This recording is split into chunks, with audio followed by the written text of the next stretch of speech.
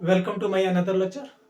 My name is Rajshekhar Kumar और आज हम लोग पढ़ने वाले हैं राइबोसोम में राइबोसोम का जैव निर्माण। उसके बाद हम लोग देखेंगे यूकेरियोट्स के कुछ एग्जांपल। और चैनल को सब्सक्राइब अवश्य करें, देखते हैं लेकिन सब्सक्राइब नहीं करते और लास्ट तक जरूर देखिए, नीट के लिए बहुत ही इंपॉर्टेंट होने वाला है ये लेक्चर। तो चलिए शुरू करते हैं राइबोसोम का जैव निर्माण। राइबोसोम का जैव निर्माण,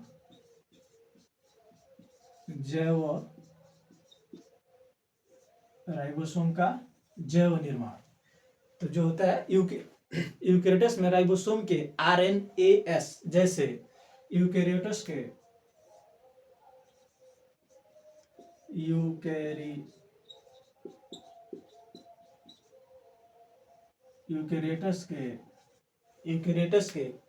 यूकेरियोट्स में राइबोसोम के यूकेरियोट्स में, ठीक है ना, यूकेरियोट्स में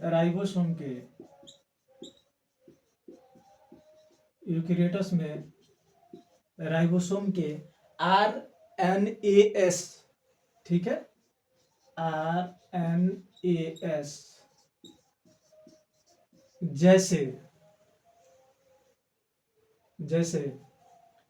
18S 5.8S M28S न्यूक्लियस द्वारा संश्लेषित किए जाते हैं। जैसे 18S 5.8S एवं 28S जो होता है न्यूक्लियस के द्वारा संश्लेषित किए जाते हैं।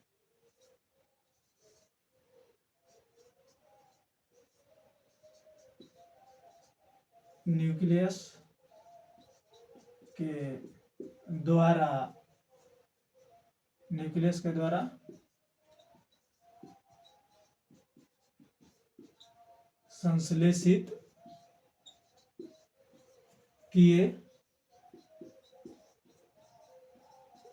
के द्वारा संश्लेषित किए जाते हैं। जबकि 5S आरएनए जो होता है, न्यूक्लियस के बाहर संश्लेषित होता है। जो 5S आरएनए होता है, जबकि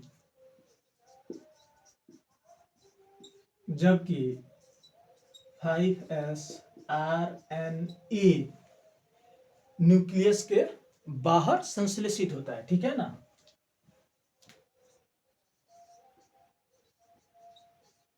जबकि 5S आरएनए न्यूक्लियस के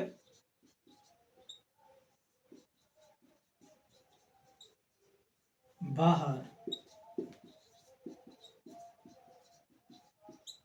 संश्लेषित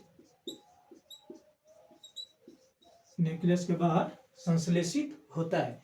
प्रोकैरियोट्स में आरएनए एवं प्रोटीन दोनों कोशिका द्रव्य द्वारा संश्लेषित एवं समायोजित यानी कि असेंबल की जाती है, ठीक है ना। प्रोकैरियोट्स में जो आरएनए होता है, तो चलिए उसको लिखते हैं हम लोग। एग्जांपल नंबर 2 होगा प्रोकैरियोट्स में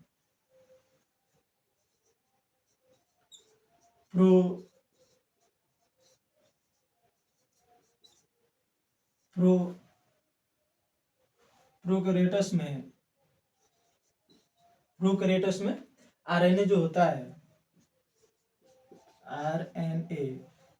आरएनए एवं प्रोटीन दोनों कोशिका द्रव्य द्वारा संश्लेषित आरएनए एवं प्रोटीन कोशिका द्रव्य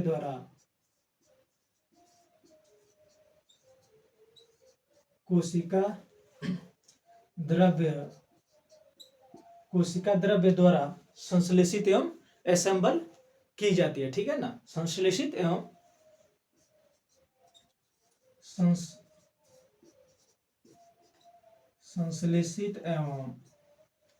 असेंबल की जाती है, यानी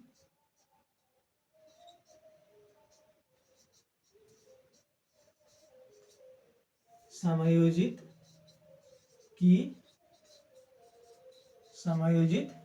की जाती है। इसके बाद हम लोग देखेंगे, चलिए इसको पहले साफ करते हैं।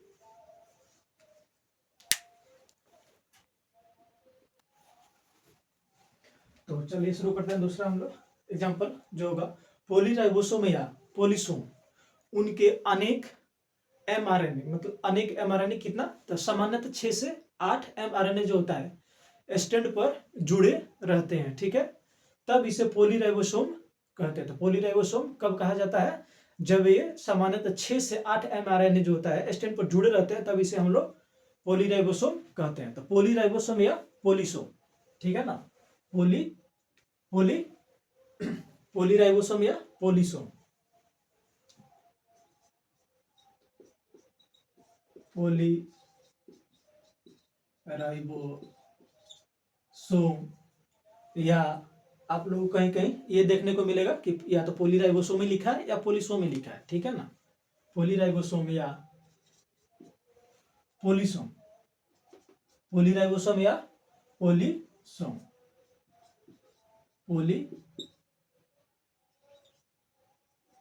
पॉलीराइबोसोम या पॉलीसोम,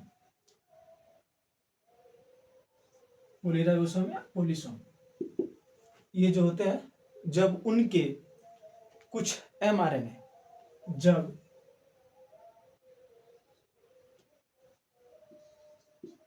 जब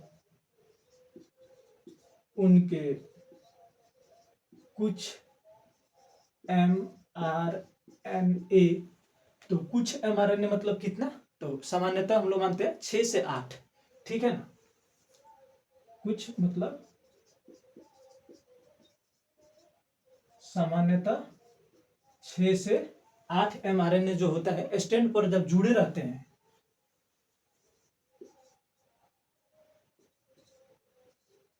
स्टैंड पर जुड़े स्टैंड पर जुड़े रहते हैं, तब इसे हम लोग क्या कहते हैं? तब हम लोग इसे पॉलीराइबोसोम कहते हैं, तब इसे हम लोग पॉलीराइबोसोम कहते हैं, तब इसे हम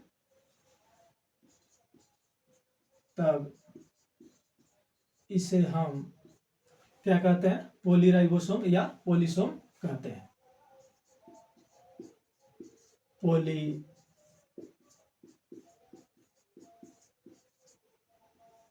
पॉलीराइबोसोम या पॉलीसोम, पॉलीराइबोसोम या पॉलीसोम,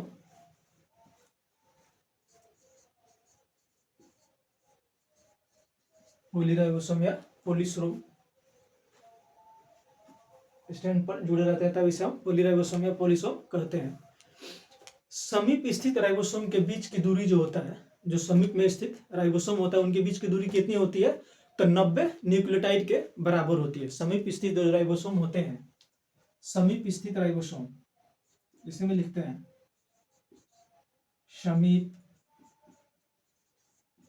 स्थित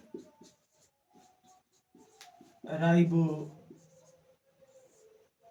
की बीच की दूरी, ठीक है ना, ये ध्यान रखने वाली बात है कि बीच की दूरी कितनी होती है?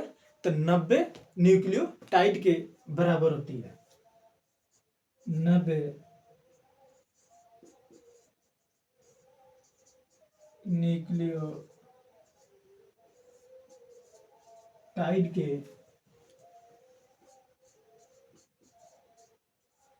बराबर, 90 न्यूक्लियोटाइड के बराबर होती है। ये प्रोटीन संश्लेषण के क्रियात्मक इकाई है। ये क्या है? तो प्रोटीन संश्लेषण के क्रियात्मक इकाई है। ये प्रोटीन संश्लेषण के क्रियात्मक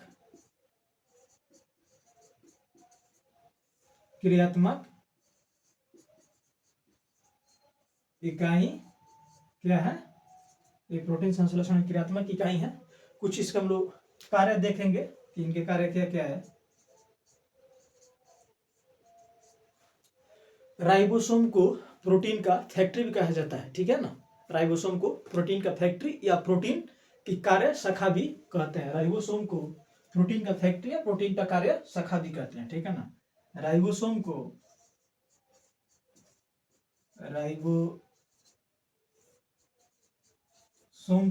प्रोटीन की फैक्ट्री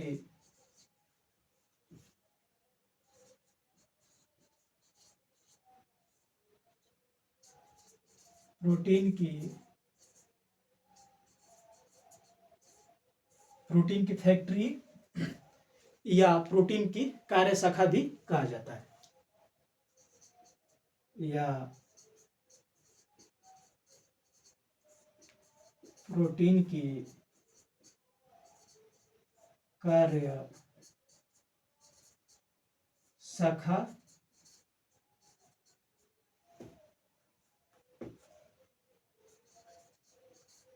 भी कहा प्रोटीन की कार्य शाखा भी कहा जाता है। दूसरा इसका कार्य होगा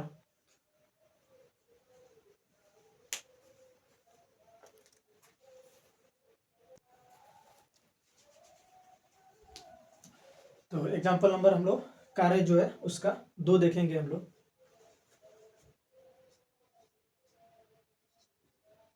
कार्य जो हो गया दूसरा, पहला इसके पहले हम लोग देख सके देख लिख चुके हैं।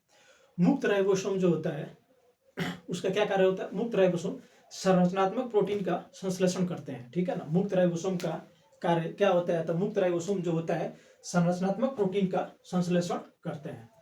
तो मुक्त राइबोसोम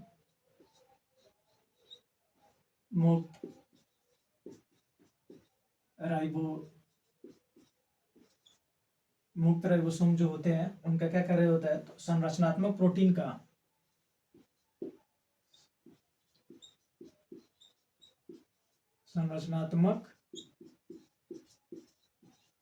संरचनात्मक प्रोटीन का क्या करते हैं? संश्लेषण करते हैं।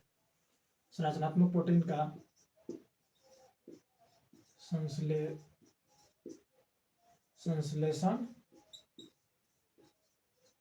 संरचनात्मक प्रोटीन का संश्लेषण करते हैं। बंधित राइबोसोम जो होते हैं उनका क्या कार्य होता है? तो बंधित राइबोसोम जो होते हैं स्थानांतरण के लिए प्रोटीन का क्या करते हैं? संश्लेषण करते हैं। बंधित राइबोसोम जो होते हैं स्थानांतरण के लिए प्रोटीन का संश्लेषण करते हैं। बंधित राइबोसोम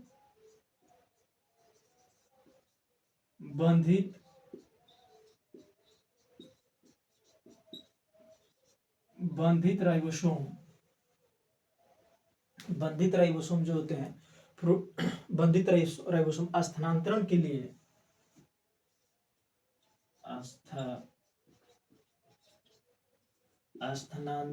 लिए प्रोटीन का क्या करते हैं? प्रोटीन का संश्लेषण करते हैं।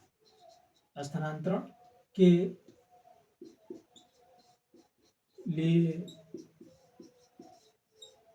प्रोटीन का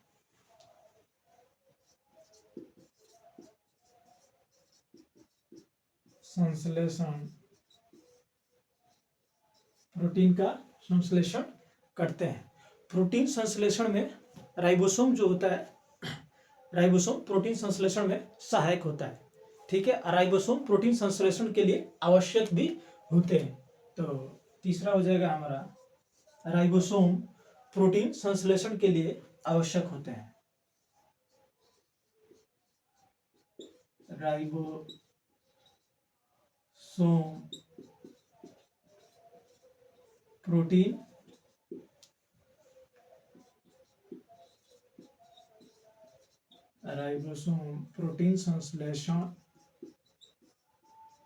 राइबोसोम प्रोटीन संश्लेषण के लिए आवश्यक होते हैं।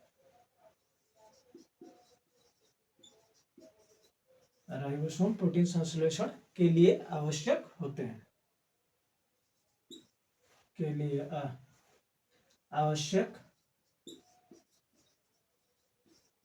होते हैं चौथा हो जाएगा हमारा राइबोसोम जो है प्रोटीन संश्लेषण में सहायता भी करते हैं, ठीक है ना। राइबोसोम जो होते हैं उनका प्रोटीन संश्लेषण में सहायता भी करते हैं।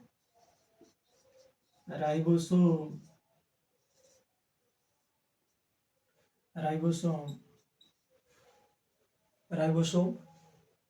प्रोटीन संश्लेषण के लिए आवश्यक भी होते हैं। राइबोसोम प्रोटीन संश्लेषण के लिए सहायता भी करते हैं। राइबोसोम प्रोटीन संश्लेषण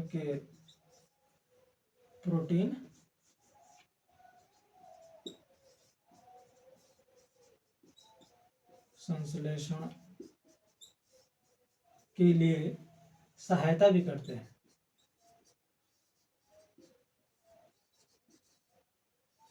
सहायता भी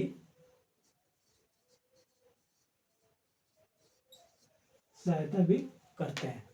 राइबोसोम की जो बड़ी उप इकाई होती है पेप्टिडल ट्रांसफरेज एंजाइम में पाया जाता है। राइबोसोम की बड़ी उप इकाई में पेप्टिडल ट्रांसफरेज पाया जाता है। राइबोसोम की बड़ी उप इकाई में, पांचवा हो जाएगा हमारा राइबोसोम की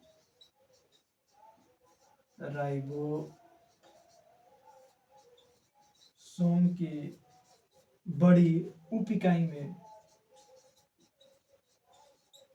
राइबोसोम की बड़ी उप इकाई में, राइबोसोम की बड़ी उप इकाई में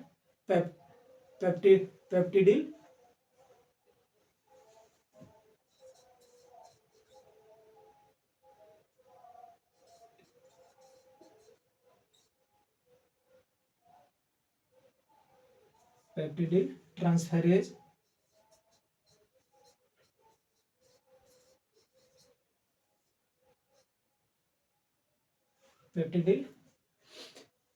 ट्रांसफरेज एंजाइम पाया जाता है। एंजाइम पाया ट्रांसफरेज एंजाइम पाए जाते हैं जो प्रोटीन संश्लेषण में सहायक होते हैं। ये किस लिए पाए जाते हैं? क्योंकि ये प्रोटीन संश्लेषण के लिए सहायक होते हैं। किस लिए सहायक होते हैं? प्रोटीन संश्लेषण में सहायक होते हैं। जो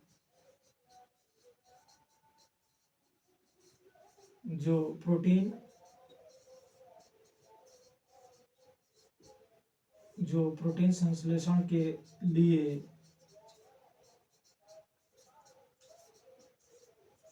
सहायक, जो प्रोटीन संश्लेषण के लिए सहायक होते हैं। इसके बाद हम देखेंगे कुछ यूकेरियोटिक के एग्जाम्पल हम लोग देखने वाले हैं। तो हम लोग देखेंगे यूकेरियोटिक कोशिका के कुछ एग्जाम्पल, ठीक है ना।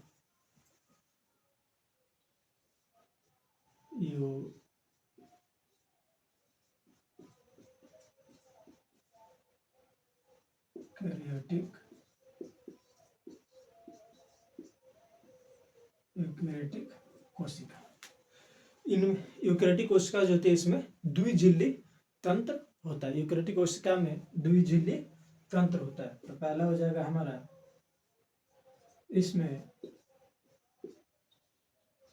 द्विझिल्ली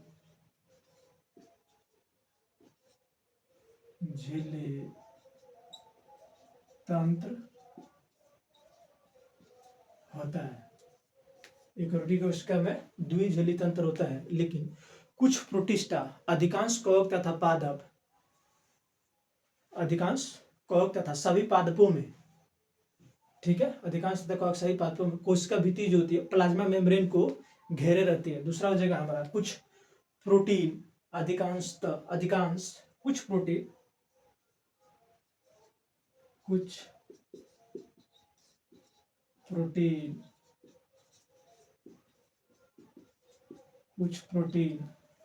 अधिकांश कवक तथा सभी पादप कोशिका में, अधिकांश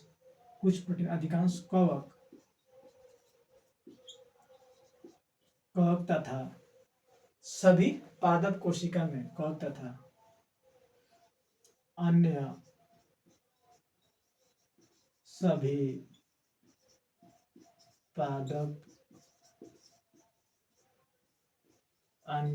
पादप कोशिका में क्या होते हैं? कोशिका भित्ति प्लाज्मा मेम्ब्रेन को घेरे रहते हैं। कोशिका भित्ति जो होते हैं, कोशिका भित्ति प्लाज्मा मेम्ब्रेन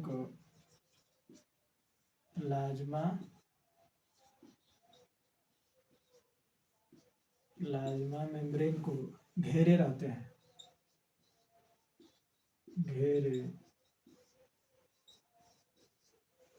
प्लाज्मा मेम्ब्रेन को घेरे रहते हैं। तीसरा हमारा एग्जांपल होगा कोशिका भित्ति पॉलीसेकेराइड की।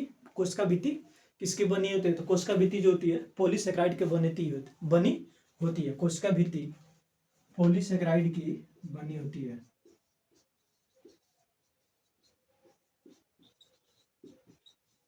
कोशिका भित्ति किसकी बनी होती है, एक और ये हमारा क्वेश्चन हो सकता है। तो कोशिका भित्ति पॉलीसेकेराइड की,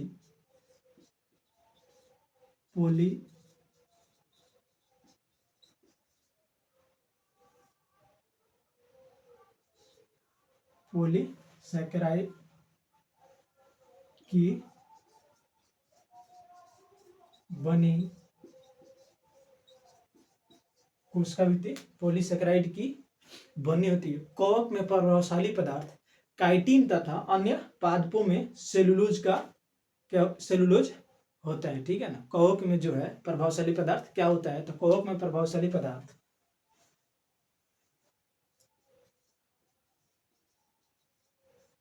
कवक में प्रभावशाली पदार्थ क्या होता है, तो कवक में प्रभावशाली पदार्थ जो होते हैं, कवक में प्रभावशाली पदार्थ काइटिन तथा अन्य पादपों में सेलुलोज होता है। कवक में प्रभावशाली पदार्थ काइटिन तथा अन्य पादपों में, कवक में प्रभावशाली पदार्थ काइटिन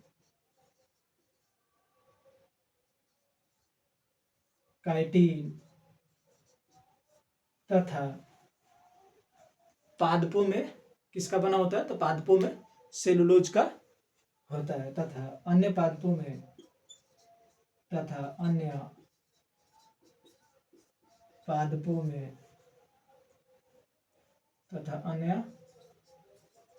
पादपों में, किसका होता है, तो सेलुलोज का होता है, ठीक है ना, सेलुलोज का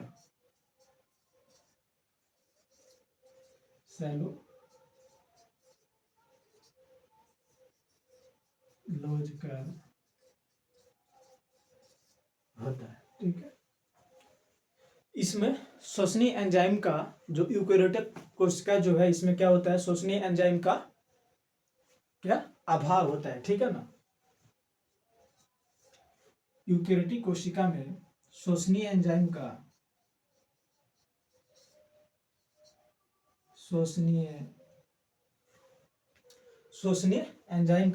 अभाव होता है। श्वसनीय एंजाइम का अभाव क्या है, श्वसनीय एंजाइम का अभाव होता है। कोशिका द्रव्य में विभिन्न कोशिकांग होते हैं। जो यूकेरियोटिक में कोशिका द्रव्य में विभिन्न कोशिकांग पाए जाते हैं। यूकेरियोटिक कोशिका के कोशिका द्रव्य में विभिन्न कोशिकांग पाए जाते हैं। यूकेरियोटिक कोशिका के कोशिका द्रव्य में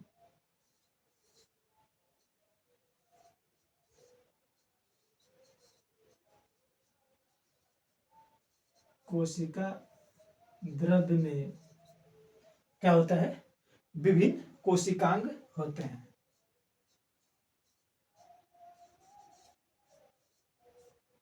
विभिन्न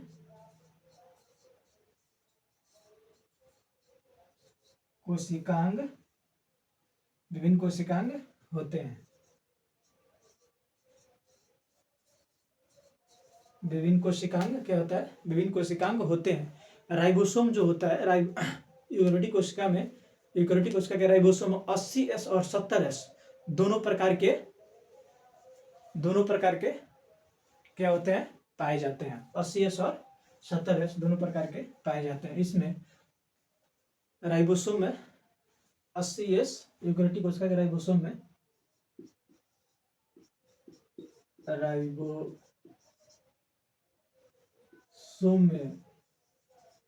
80S एवं क्या 70S दोनों प्रकार के होते हैं।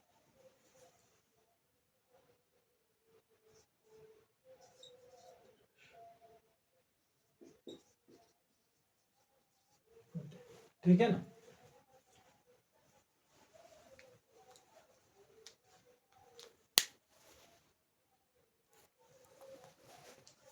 अगला देखते हैं हम लोग 6 जो है यूकेरियोटिक कोशिका का कोशिका द्रव्य स्ट्रीमिंग गतियों को प्रदर्शित करता है, ठीक है। कोशिका द्रव्य जो होता है यूकेरियोटिक में स्ट्रीमिंग गतियों को प्रदर्शित करता है। कोशिका द्रव्य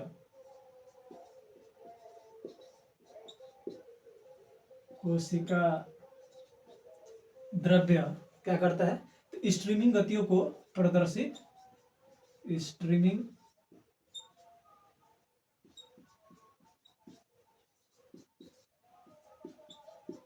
स्ट्रीमिंग गतियों को प्रदर्शित करता है, प्रदर्शित स्ट्रीमिंग गतियों को प्रदर्शित करता है।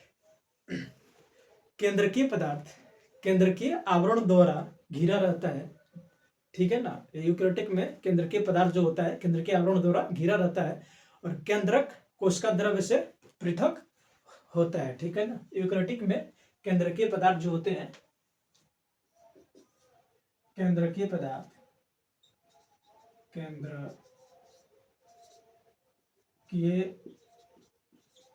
पदार्थ, यूकेरियोटिक में केंद्रकीय पदार्थ किसके क्या होते हैं, यूकेरियोटिक में केंद्रकीय पदार्थ केंद्रकीय आवरण द्वारा घिरे रहते हैं, केंद्रकीय आवरण द्वारा घिरे,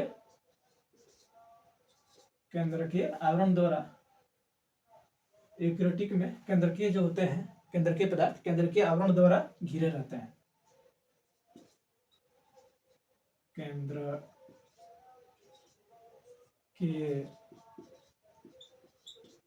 आवरण द्वारा घिरे, केंद्रकीय आवरण द्वारा क्या होते हैं, घिरे रहते हैं। केंद्रक जो होता है, केंद्रक कोशिका द्रव्य से पृथक होता है। यूकेरियोटिक में केंद्रक किसके द्वारा पृथक होता है, तो केंद्रक जो होता है कोशिका द्रव्य से पृथक होता है। केंद्रक कोशिका द्रव्य से, कोशिका क्या होता है, केंद्रक जो होता है कोशिका द्रव्य से पृथक होता है, कोशिका द्रव्य से पृथक होता है, ठीक है।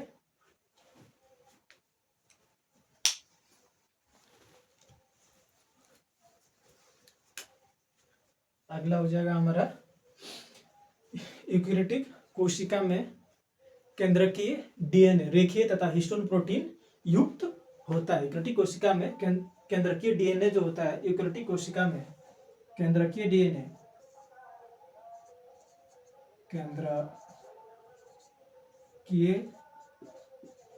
केंद्रकीय डीएनए रेखीय तथा हिस्टोन प्रोटीन युक्त होता है, रेखीय तथा हिस्टोन प्रोटीन युक्त होता है। केंद्रकीय डीएनए, यूकेरियोटिक कोशिका में केंद्रकीय डीएनए हिस्टोन प्रोटीन, रेखीय तथा हिस्टोन प्रोटीन युक्त होता है, रेखीय तथा हिस्टोन प्रोटीन युक्त, हिस्टोन प्रोटीन युक्त होता है। अतिरिक्त केंद्रकीय डीएनए वलयाकार तथा प्रोटीन युक्त होता है। इसमें जो होता है अतिरिक्त केंद्रकीय डीएनए जो होता है, अतिरिक्त केंद्रकीय डीएनए,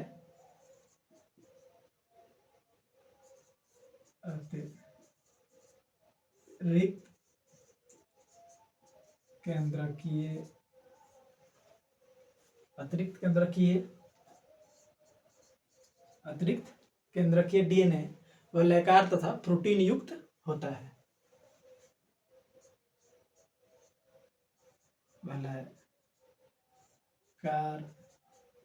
वलयाकार तथा प्रोटीन युक्त होता है, वलयाकार तथा प्रोटीन युक्त होता है। अगला एग्जाम्पल होगा हमारा यूकेरियोटिक कोशिका जो होता है इसमें लैंगिक प्रजनन उपस्थित होता है, जबकि प्रोकैरियोटिक में लैंगिक प्रजनन नहीं होता है। इसमें जो होता है यूकेरियोटिक कोशिका में लैंगिक प्रजनन उपस्थित होता है,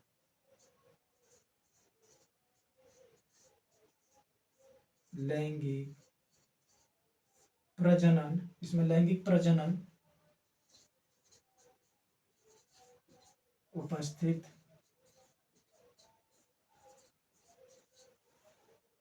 होता है। तो इस लेक्चर को यहीं पर समाप्त करते हैं, और अच्छा लगे तो सब्सक्राइब अवश्य करें। ठीक है।